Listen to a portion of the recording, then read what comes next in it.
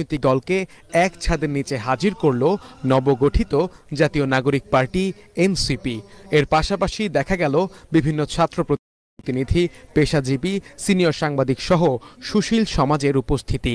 ইফতার মাহফিলের আয়োজন রীতিমতো পরিণত হয় মিলন মেলায়। এ সময় এনসিপির শীর্ষ নেতা নাহিদ ইসলাম সবার উদ্দেশ্যে বরাবরের মতো ফ্যাসিবাদের বিরুদ্ধে এক থাকার আহ্বান জানান। বলেন, ফ্যাসিবাদ নির্মূলে এছাড়া কোনো বিকল্প নেই। জাতীয় ঐক্য ছাড়া ফ্যাসিবাদকে সম্পূর্ণভাবে বিলোপ করা বা পরাস্ত করা সম্ভব নয়। আমরা যাতে ভুলে না যাই, দেশের বিপদ এখনো কাটে নাই। বাংলাদেশ বিরোধী শক্তিরা এখনো ষড়যন্ত্র করে যাচ্ছে।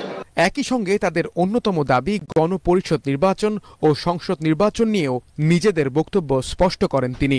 সামনের নির্বাচনটা একই সাথে আইনসভা এবং একই সাথে গণপরিষদ নির্বাচন করা সম্ভব, এবং এর মাধ্যমে একটি নতুন সংবিধান এবং নতুন করে আমরা গণতন্ত্রের পথে উত্তরণ করতে পারবো। সরকার যে নির্ধারিত সময় দিয়েছে, সেই নির্ধারিত সময়ের মধ্যেই এই সকল কার্যক্রম করে নির্বাচনের দিকে যাওয়া সম্ভব।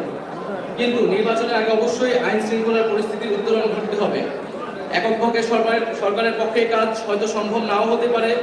রাজনৈতিক দল, সামাজিক শক্তি এবং অভ্যুত্থানের শক্তিগুলোকে সেক্ষেত্রে ভূমিকা রাখতে হবে। জাতীয় পার্টি সহ আওয়ামী লীগের শরিক কোনো দলকে আমন্ত্রণ জানানো হয়নি এই আয়োজনে।